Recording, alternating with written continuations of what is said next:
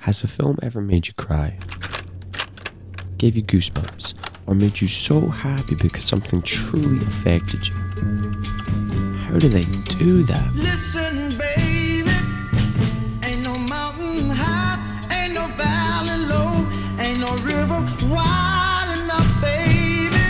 If you need me, call me. To examine that invisible string that guides the audience to these emotional moments, we turn to the masterful work of Pixar.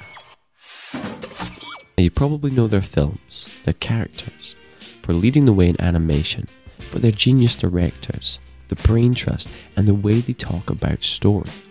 But I want to share what Finding Nemo has taught me about storytelling. The desire and climax of every film are invisibly connected. To really appreciate a satisfying climactic scene, we must first explore the seeds planted in the story's desire.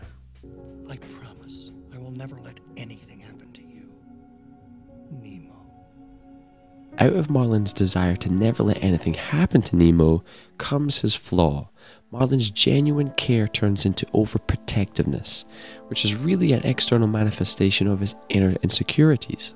Which, if we look a little further, we see that Marlin's life is controlled by his anxiety. So the road back to Nemo isn't across the ocean, it's through facing his own fears. This is the story's real jumping off point. Anything before this moment serves the audience by helping us understand why Marlin has made and fully believes this choice. It's this choice that is so rigid that it takes the length of the film for Marlin really to grow. To illustrate the level of grand design, it's important to identify the many layers of story that peak and pay off in this climactic moment. After Marlin finally finds Nemo, he is immediately forced to let him go.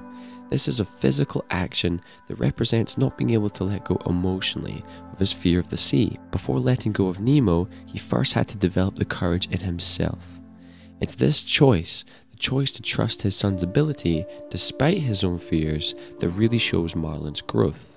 This moment also pays off with Gil and the tankfish have taught Nemo, along with Gil developing Nemo's self-confidence and self-reliance through initiation, very Joseph Campbell-esque. And also does this with the purpose of something greater than himself, saving his only friend. It's the only way we can save Dory! I can do this! We call back to the Lucky Finn. Lucky Finn! Dory's annoying phrase now has a purpose. Keep swimming. Authors note there are many different roads to a successful story, but I agree with Elia Kazan, filmmaking legend, in his book on directing when he says, all things must build to the climax. Now Robert McKee talks about taking things to the end of the line. So if Marlin is afraid of the sea, what is the worst possible incarnation of this fear?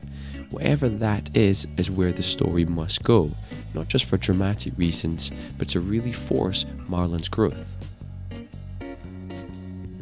Think of the turning points in each act like mini climaxes, shorter goals or desires that are built towards and paid off. Identifying the key landmarks on mapping out of a story helps to see the bigger picture and shape of where the story is going. I call this know the crescendos, as these tentpoles are escalated towards and peak several times before the film's final moment. Most films peak around here in terms of running time, but there's a few exceptions like Rocky and Whiplash that try to peak the drama, the action, and the story arcs into these final few frames of the film. Ask this question of any film. What is the action the character finally takes at the end of the film that he wasn't ready to take in the beginning? Put a field around us now! I've never done one that big! Violet, do it now!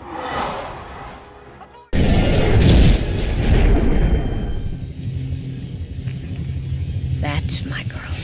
In this case, Marlin wasn't ready to emotionally let go of Nemo for his first day of school. The drop-off? They're going to the drop-off? Because of this, because of his personal insecurities, Nemo rebels.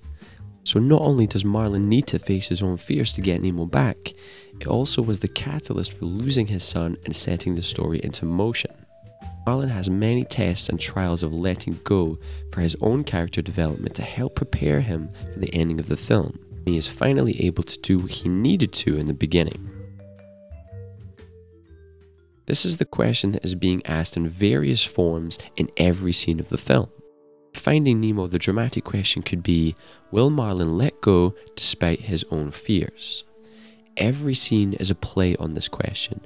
Notice how things stopping Marlin aren't just physical objects, but every challenge is slowly digging away at his ability to overcome his own fear. Marlin's external goal is simple: find Nemo. His internal goal is much more complex, and it's where all his character development takes place. His internal goal, unknown to him, is what he needs to do, not what he wants to do. What he really wants is to keep Nemo in bubble wrap his whole life. But what he needs to do, his internal goal, is to let go despite his own fears. So how do we get from fear to acceptance? This is a huge character arc. Let's take a look at a few stepping stones of character development that Marlin must go through. Now, all of these interactions are great drama and comedy, but are also designed to help Marlin's mind along with the idea of change. Marlin must learn to rely on others and mix with other characters of the ocean. Even trust others. This is no easy step for him. First he chooses not to trust and sees how that works out. Then he is rewarded for trusting the second time. Trust me on this.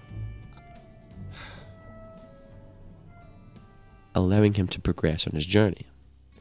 Marlin must witness other role models and potential fathering methods.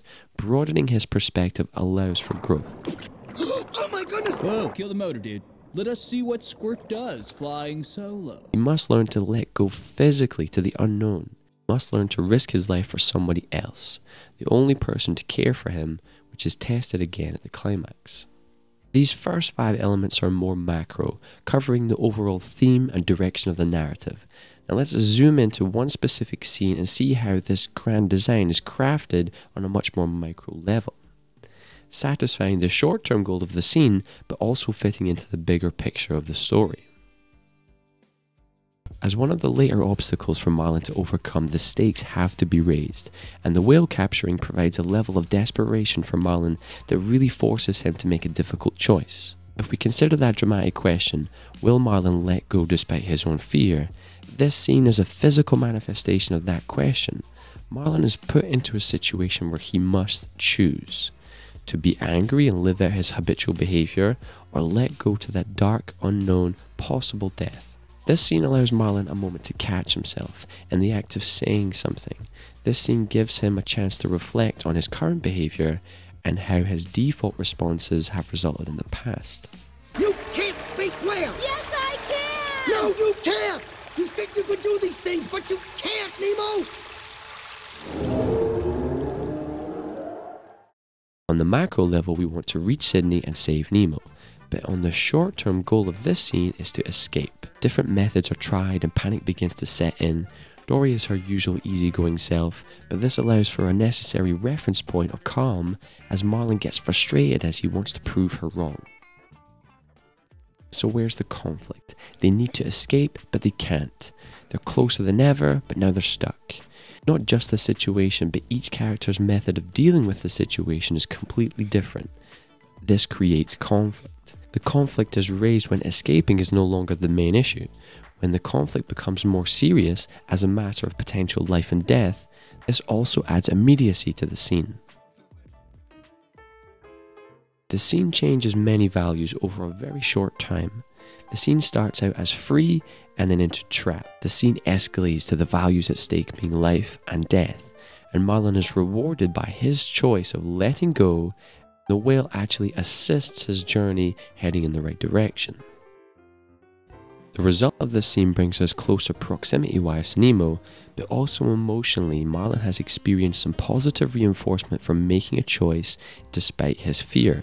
Francis Ford Coppola had a similar system of breaking down each scene in The Godfather in order to really identify what was important for the narrative and the directorial choices. Authors note, an incredibly important acknowledgement needs to be made here. It is infinitely easier to break apart an intricately weaved story and clearly see the moving parts than it is to start from nothing, form ideas, and knit them together to make something that works and has emotional impact. So if some of these steps seem to overlap and seem simple, that's only because Pixar has been able to tell a story with such clarity that it holds together under examination. If all directorial and stylistic choices are made to support the narrative, then it makes sense that understanding story is a huge advantage to any director. Let's look at a few subtle examples. We see two similar shots at the beginning and the end of the film that when compared actually adds further meaning. Firstly, we see Nemo doing the waking and Marlin being resistant. This is intentionally mirrored later on in the film with a new status quo, with Marlin doing the waking and Nemo seeing Marlin's new outlook on life. These two shots are visually in conversation with each other. In a similar fashion, we see two shots of Nemo getting himself stuck. To really emphasize change, Nemo is rescued the first time, and then thinks of himself as helpless when it happens again. Can you help me? No. It's only when Gil shows him another way that Nemo's character arc and self-reliance begins to be explored. I can't. I have a bad fin. Never stopped me.